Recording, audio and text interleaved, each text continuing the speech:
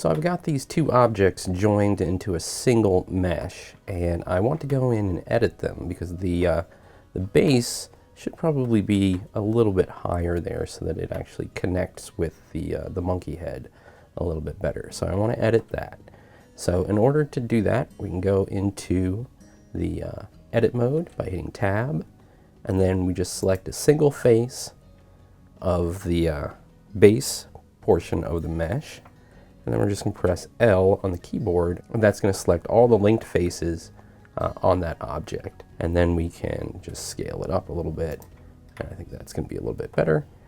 If we wanted to make an adjustment on the other one, we can select a single face on that, and then just hit L on the keyboard, and it will select all of the linked faces. You can see that the eyeballs in the default Suzanne monkey head mesh are actually not linked to the rest of the head mesh. They are separate portions of the mesh.